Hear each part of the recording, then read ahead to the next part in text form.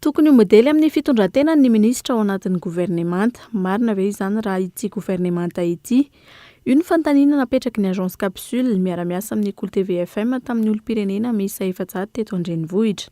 13 isanjaton'ireo olona nanontaniana ireo namaly fa olona mendrika sy manana traikefa avokoa izy ireo. 20 isanjato kosa no nilaza fa raha jerena ny governemanta ankehitriny dia maro amin'ireo minisitra no manana laza ratsy.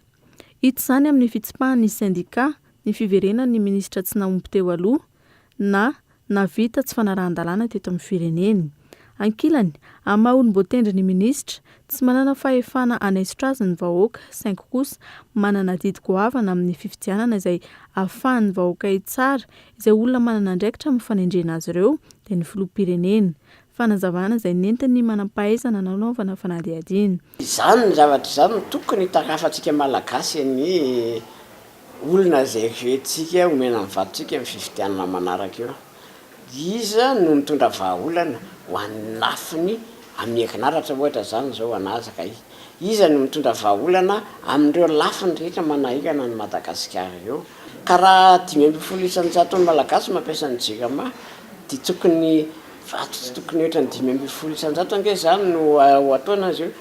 Fa ny ankoatran'izay 520 isanjato ange izany raha mbola manao fitantanana ny JIRAMA amin'izao tsy tokony hifidy an'iny olona mihitsy izy. Raha mpahafantarina azy marina izany zavatra izany. Inona ilay programme anasa hoentin'ny olona fa tsy fampanantenana be fahatany fotsiny ary fampanantenana azo tanterahana ihany koa ilay izy.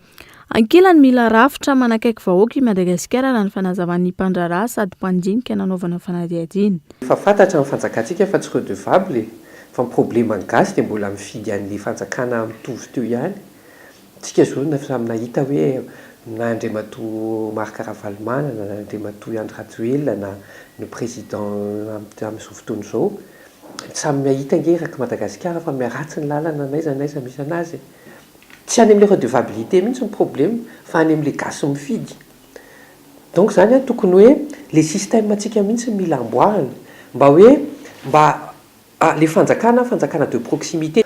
Fa raha mbola système centralisé be ohatran'ny ataontsika eto Madagasikara hoe président de la République manana fahefana rehetrarehetra dia tsy redevable mihitsy izy tonga moa ianao manana contact amin'ny président anao izy mandeha mirimorimo amin'ny tomobile eny an-dalana eny iny hitanao. Mendrika sa tsy naompy sa tsy ny mpitondra sy ny governemanta tariny. Taorian'ny krizin'ny sesy teto amin'ny firenena sy ny nahatsapany rehetra, fiakaran'ny solika sy ny vidim-piainana. Nahitanareo fitakiana sindikaly sy ny fitombon'ny tanjaky ny fanoherany.